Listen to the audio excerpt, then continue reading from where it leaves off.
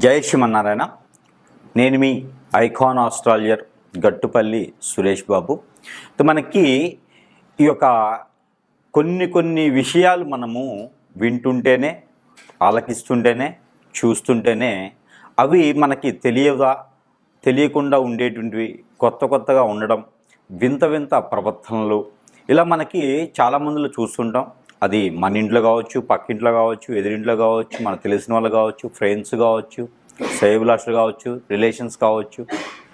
ఇక్కడ ఒక మనిషికి మనిషిలా ఉండడం, మనిషిలా ప్రవర్తించడం అన్నీ కూడా మనిషి ఎలా అయితే జీవిస్తారో, మనిషి జీవన ఆధారం ఎలా ఉంటుందో, జీవన శైలి ఎలా ఉంటుందో అలా కాకుండా సనాతన ధర్మానికి పాటిస్తూ ఉండకుండా భిన్నంగా ఇబ్బంది పడుకుంటూ, తనలో తానే ఇబ్బంది పడుతూ, మనము కొన్ని రకాల పేర్లు ఉంటాయి. పిచ్చివాడీడు, వీడికి మెంటల్ వచ్చింది, బ్రెయిన్ పనిచేయట్లేదు, ఇలాగా కొన్ని రకాల రోగాలు రావటం, నొప్పులు రావటం ఇలా మనం చూస్తూ ఉంటాం.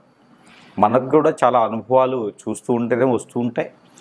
దానికి తెలిసిన వాళ్ళకైతే సూక్ష్మంగా చూడాలి, తెలియని వాళ్ళైతే లైట్ తీసుకొని ఏం కాదులే అనుకుంటారు. కొంతమంది ఏంటంటే గుళ్ళలోకి వెళ్ళడం, ఏదైనా పూజలు హోమాలు ఉండి చేయించుకోవడం, ఒక్కొక్కరు ఒక్కొక్కలాగా చేస్తూ ఉంటారు అన్నమాట. దీనికి అంతటికీ కారణం, ఇదంతా ఎందుకు చెప్తున్నాను అంటే కనుక, దీని అంతటికి కారణం ఏంటంటే కనుక, మంచి ఎలా ఉంటుందో చెడు కూడా అలానే ఉంటుంది.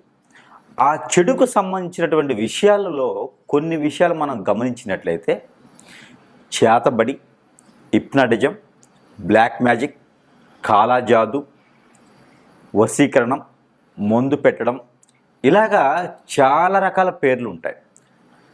యక్షిణి విద్యలు, బాగల్ముఖి, భానుమతి, ఇంకా చెప్పుకుంటూ పోతే స్పిరిట్ అంటారు. కొన్ని స్పిరిట్ ప్రేయర్స్ ఉంటాయి. ఇలాగా చెప్పుకుంటూ పోతూ ఉంటే చాలా రకాలు ఉంటాయి పేర్లు. కాలభైరవుని పూజిత వాళ్ళు అంటారు, ఇలాగా ఇంకా భైరవ పూజలు అంటారు. ఇలా చాలా ఉంటాయి అన్నమాట. అలాగా చెప్పుకుంటూ పోతే బొచ్చుడు ఉంటాయి. అయితే వీటన్నిటికీ కూడా మూలం ఏంటంటే, ఇలా చేయడానికి గల కారణాలు చాలా ఉండొచ్చు. ఒక మనిషి మీద ఒక మనిషికి పడకపోవటం, విరక్తి, విసుగు, కోపం, చికాకు, ఆందోళన, వ్యసనం, రంది, ఓర్చుకోలేని తత్వం, ఇలాగా చాలా రకాలు ఉంటాయి. ఆస్తి కోసం, ఒక మనిషి ఇష్టం ఉండి వశపరుచుకోవడానికి, ఇలా రకరకాలుగా ఉండేటువంటి విధానాలు, ఆశలు, కోరికలు మనిషిని ఎంత దూరమైనా తీసుకెళ్తాయి. పోనీ ఇలా చేసేవాళ్ళు ఉన్నారా అంటే ఖచ్చితంగా ఉన్నారని చెప్పవచ్చు. ఇలా చేయించబడిన వాళ్ళకి పరిహారం ఉంటుందా అంటే ఖచ్చితంగా ఉంటుందని కూడా చెప్పవచ్చు. అయితే దీనికి ముళ్ళుని ముళ్ళుతోనే తీయాలి అనే ఒక నినాదం అయితే ఉంది కదా, దాని ప్రకారంగా మాత్రమే చేయాలి. అయితే ఇందులో కొన్ని లక్షణాలు కల అటువంటి స్త్రీ పురుషులు కావచ్చు, పిల్లలు కావచ్చు, కొన్ని లక్షణాలు ఉంటే వారికి ఏం జరుగుతుంది, వారికి తీయించుకునే విధానం ఏంటి, అసలు మనం ఎలా గమనించుకోవాలి అని పరిశీలన చేసినట్లయితే కనుక, మనం మొదటగా ద్వాదశ రాశుల్లో నుంచి తీసుకుందాం. ఎందుకంటే ఈ ద్వాదశ రాశుల నుంచి తీసుకోవడం వలన వారి రాశి ఏంటి, వారి నక్షత్రాలు ఏంటి, వారి యొక్క గుణగణాలు ఏంటి, వారికి ఉండాల్సినటువంటి విధానం లేకుండా వేరే ధోరణిలో ఉంటే వారికి ఏం జరిగింది అనేది కొంచెం తేలికగా మనం గమనించుకోవచ్చు. అప్పుడు మనము సమీప దూరంలో ఉన్నటువంటి గురువు దగ్గరికి వెళ్ళటమా, లేదా ఏ ఆలయానికి వెళ్ళటమా, చెప్పేటువంటి పరిహారం ఏంటి చేసుకుంటే మరలా కూడా ఆ వ్యక్తి మనిషి జీవితానికి వచ్చి మరి కూడా జీవితం కొనసాగించేటువంటి అవకాశాలు ఉంటాయి. కాబట్టి ఆ విధంగా కొంచెం చైతన్యం ఇచ్చేదానికైతే మనం చూసినట్లయితే కనుక, ముందుగా మనకి చూసుకున్నట్లయితే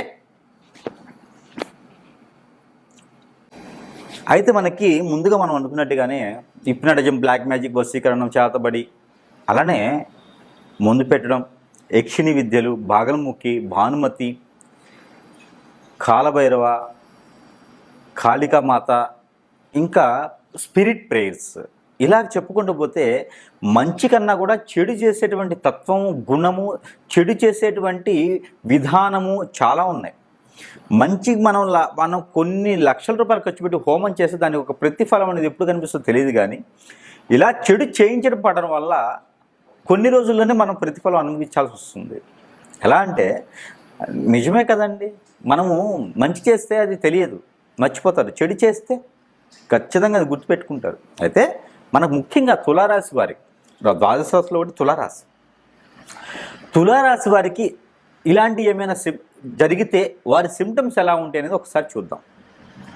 ముఖ్యంగా ఎంత వయసు వచ్చినా పెళ్ళి అవ్వకపోవటం. తులారాశిలో ఎవరైనా ఉన్నారా? మీ జాతక ప్రకారంగా తప్పేం లేవు. ఏ నక్షత్రం అయినా, ఏ గడిలో ఉన్నా, ఏ లగ్నం అయినా, ఏ రాశిలో ఏ గ్రహం ఉన్నా, దశాంతర దశ లేదున్నా కూడా పెళ్ళిళ్ళు అవుతాయి. కానీ వయసు మించిపోయింది, పెళ్ళి అవ్వట్లేదు అంటే ఖచ్చితంగా మీకు ఏదో జరిగిందని. మీరు చదువుకున్న దానికి చేసే పనికి సంబంధం ఉండదు, ఖచ్చితంగా మీకేదో జరుగుతుందని. అలానే మీరు అనుకున్నటువంటి గోల్స్కి రీచ్ అవ్వలేకపోతున్నారా? విదేశాలకు వెళ్ళి అక్కడ సెటిల్ అవ్వాలనుకుంటున్నారా? అయితే దానికి తగ్గట్టుగా మీరు లేరు. మీకేదో గ్రహాలు సహకరించక కాదు, మీకు నక్షత్రాలు సహకరించక కాదు, మీ టైం బాగాలేదేమనుకుంటున్నారా? అట్లా ఏం ఉండదు. దేవుడు మనకి రాత రాసినప్పుడు అన్నీ రాస్తాడు. దానికి తగ్గట్టు కాకుండా భిన్నంగా ఉన్నాయి అంటే అక్కడ మనం మానవులు రాసిన రాతలో మనం ఏదో ఇబ్బంది పడుతున్నామనే అర్థం. ఎందుకంటే బంగారం అంటారు, మేలిన బంగారం అంటారు. అలాంటి మనసు ఉన్నటువంటి తులారాశి ఏదైనా సరే ఎడం చేత్తు ఇచ్చేస్తారు. దానం కావాలన్నా, సహాయం కావాలన్నా ఎడం చేత్తు ఇచ్చి మర్చిపోతారు. అంటే కుడి చేత్తు ఇస్తే గుర్తునిద్ది అని ఎడం చేత్తు ఇచ్చేస్తారు. అలాంటి తత్వం గల తులారాశి వారికి మంచి జరగట్లేదు అంటే నక్షత్రాల పరంగా కాదు, అది మీకేదో జరుగుతుంది అని అర్థం. పూర్వీకుల ఆస్తుల కోసమో, స్వతహాగా కోటీశ్వరులు లాంటి వారు, స్వతహాగా జమీందారు లాంటి వారు తులారాశి వారు, లేకపోయినా కూడా రాజ్యాలా బతుకుతారు తులారాశి వారు. కానీ వారికి ఎదుటి వారికి నచ్చక శ్రేయోభిలాషులే, పక్కనుండేవారే గొయ్యి వేస్తూ ఉంటారు. లవరే కావచ్చు, ఎవరైనా కావచ్చు, ఊబిలో తోసేస్తూ ఉంటారు. మనం జీవించడం ఇష్టం ఉండదు, నటించరు. తులారాశి నటించరు, జీవిస్తారు. ఆ జీవించడం అనేది ఇంటి వాళ్ళకి నచ్చక ఏదో చేపిస్తుంటారు. దాని ద్వారా మీకు డబ్బులు జేబులు ఎప్పుడు ఉండవు. ఎంతటి ఉన్నత స్థాయిలో చదువుకున్నా కూడా చిరిగిపోయిన బట్టలు వేసుకుని తిరుగుతూ ఉంటారు. ఏంట్రా బాబు ఎంత ఉంది, ఎందుకు ఇలా చేస్తున్నారు అంటారు. మన బాధ మనకే అర్థమైంది, ఇది వరకు తెలియదు. దానికి ఏంటంటే మీకు నక్షత్ర ప్రకారం కాదు, ఏదో చెడు జరుగుతుంది మీలో, ఎవరో ఏదో చేపిస్తున్నారు మీకు. దాని ద్వారానే ఆ చిరాకులు ఉంటాయి. ఖచ్చితంగా మీరు గురువు దగ్గరికి వెళ్ళి చూయించుకోండి. చిన్న ఉపశమనం కావాలి అంటే మీకు ప్రతిరోజు కూడా లక్ష్మీ నరసింహస్వామి గారి స్తోత్రం వినండి. అలానే మేడి చెట్టు ఉంటుంది. ఈ మేడి చెట్టు కింద ప్రతి గురువారం దీపారాధన చేయటం, రావి చెట్టు కింద దీపారాధన చేయటం, ఆవు నెయ్యితోనే చేయాలి, 2 ఒత్తులేసి చేయాలి దీపారాధన చేయటం. గురువారం రోజున సాయంత్రం 5 రావి చెట్టుకు కానీ వేప చెట్టుకు కానీ ఒక 3 చెంబులు నీళ్లు పోయటం, షుగర్ వేయాలి, అందులో పంచదార వేసి నీళ్లు పోయాలి, బెల్లం కానీ పంచదార కానీ వేసి నీళ్లు పోయటం, ఉదయించే సూర్యునికి నీళ్లు ఆజ్ఞివ్వటం, ఇలాంటివి చేస్తూ ఎండి మిరపకాయలు ఒక 1/2 కిలో, నల్ల నువ్వులు ఒక 1/4 కిలో, తెల్ల ఆవాలు ఒక 1/4 కిలో, నవధాన్యాలు ఒక 1/2 కిలో, ఇవన్నీ కూడా ఒక ఎర్రని వస్త్రం అంటే బ్లౌజ్ పీస్ లాంటి దాంట్లో కట్టేసి, ఈ కట్టేసినటువంటి దాన్ని మీకు దేవుని మందిరం వద్ద ఉంచేసి ఒక 7 రోజుల తర్వాత ఇది మన తల చుట్టూతో 7 సార్లు, తల దగ్గర నుంచి కాలు వరకు 7 సార్లు తీసేసుకొని, దానితో పాటు ఒక 56 రూపాయలు కూడా దిష్టి తీసేసుకొని అవన్నీ కూడా కలిపేసి ఎక్కడైనా పారేటి నీటిలో వేయటం. ఆ 56 రూపాయలు అయితే ఏదైనా కొనేసి ఎవరికైనా పేదవాళ్ళకి పంచిపెట్టడం చేస్తే కొంతమేర ఉపశమనం అనేది మీకు లభిస్తుంది. అలానే వెండి, ఇత్తడి, రాగి ఇలా పంచలోకాలు ఉంటాయి. ఈ పంచలోకాలు మిశ్రమం కలిగినటువంటి లాకెట్ ఏదైనా పెట్టుకొని అది కూడా దానం చేయాలి, ఎవరికైనా మంచి జరుగుతుంది. లేదా శివాలయంలో పంచామృత అభిషేకం 7 వారాలు చేయించండి. 1 వారం మిస్ అయినా పర్వాలేదు, మధ్యలో 7 వారాలే ఖచ్చితంగా చేయించండి, కొంతమేర ఉపశమనం జరుగుతుంది. ఇలాంటి సిమ్టమ్స్ ఉన్న తులారాశి వారు ఎవరైనా ఉంటే నాలాంటి గురువు దగ్గరికి కానీ, మీకు సమీప దూరంలో గురువు దగ్గరికి వెళ్తే సరైనటువంటి పరిష్కారం మార్గాలు చూపిస్తారు. మళ్ళీ కూడా మీరు జీవన శైలి మొదలుపెట్టడానికి అవకాశం ఉంటుంది. కాబట్టి ఇలా చిన్న చిన్న ప్రయత్నాలు చేసుకొని అదృష్టవంతులు అయ్యేదానికి అవకాశం ఉంటుంది కాబట్టి ప్రయత్నం చేయండి. జై శ్రీమన్నారాయణ.